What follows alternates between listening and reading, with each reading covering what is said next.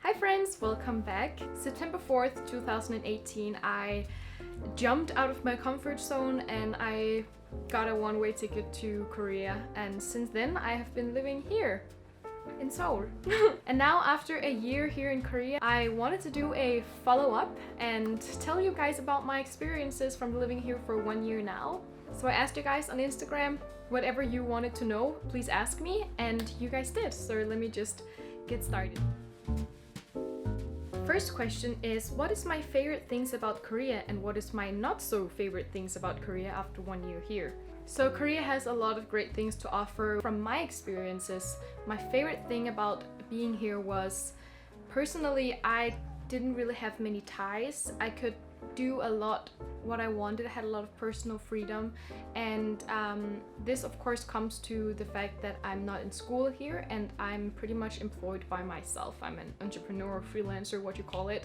And that is my favorite thing of moving here to Korea, but that's very personal. Korea has many great things like amazing nature, amazingly nice people, great food, and they have amazing opportunities for like social life here. There are so many events and everything revolving like the social life here is so great.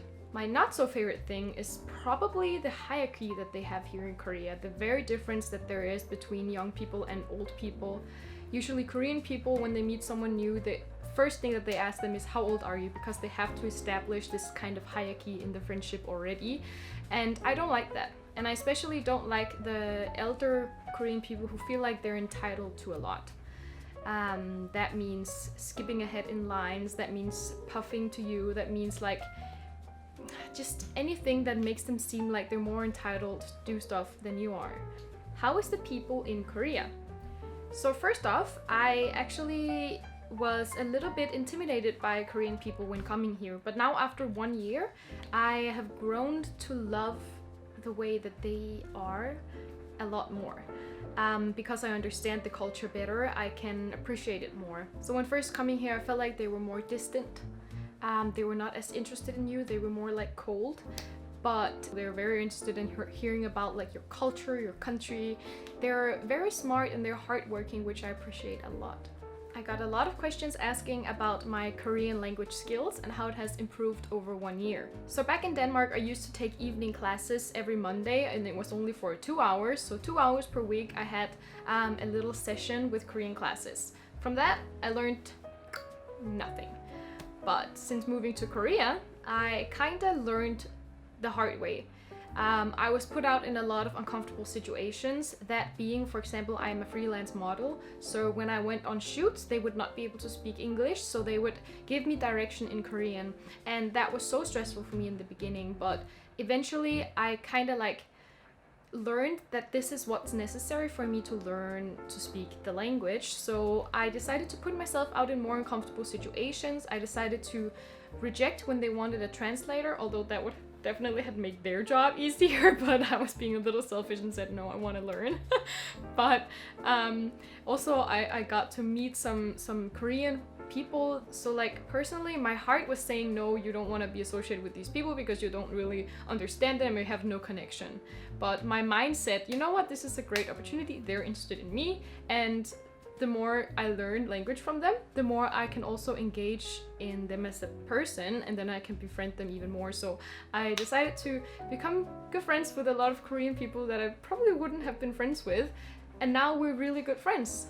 They taught me pretty much Korean. I have one friend, Young Yani, shout out, and she is probably the biggest reason why I learned Korean to the level that I am at now, which is not fluent at all.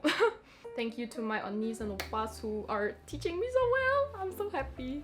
How have Korean people treated you during this year as a foreign girl? Whew. This is a tricky question because I cannot put all Korean people in one bubble. And of course that's pretty obvious to say, but there is so much difference between how some people will, like some Korean people will treat you and how other Korean people will treat you. For example, there's a lot of people who are very interested in me. There's a lot of people who just look at me like, yeah, we see a foreign girl all the time, because there are a lot of foreigners here.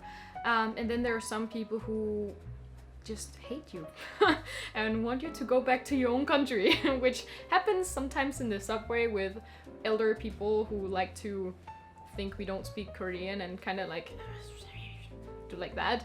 But I would say that is a small percentage. What is the hardest thing about living in Korea? I've talked about this before, but loneliness is a big issue for me right now. I remember when I first moved to Korea, I was feeling a little bit lonely because of course I only know a few people. I know my lovely friends from Korean Bros office, and that was pretty much it. So that was the first time in my life where I had to actively find friends. You know, before you just put in a classroom and then here, be friends with these people. But now I gotta actively find my own friends. So that took me some months. So my first few months was a little bit frustrating, but everything was so excited I didn't really think about it. But now after being here for a year, obviously I have a lot of Korean friends, but most of them are foreign friends. If you live abroad, you will start to get used to the whole thing about your friends leaving Korea. I have some friends who moved back to their own country. I have some friends who moved to another country to study, and that is probably the thing that after a year that I'm feeling most like sad about regarding to living abroad. You know, eventually I will be the person who moves away and another friend, hopefully, is gonna feel sad that I move. Someone asked me what is the most difficult episode that I had throughout this year, and I would definitely say that is regarding my old apartment. And that apartment was big. It was around twice the size as this one I have right now, and it was really cheap. And now I know why it was cheap. It was not an apartment, it was literally one floor house. And there was a family living there. Family. It was an old lady with her daughter-in-law and her son. Just saying that I never saw that son for the 4 or 5 months I lived there. He was just never home.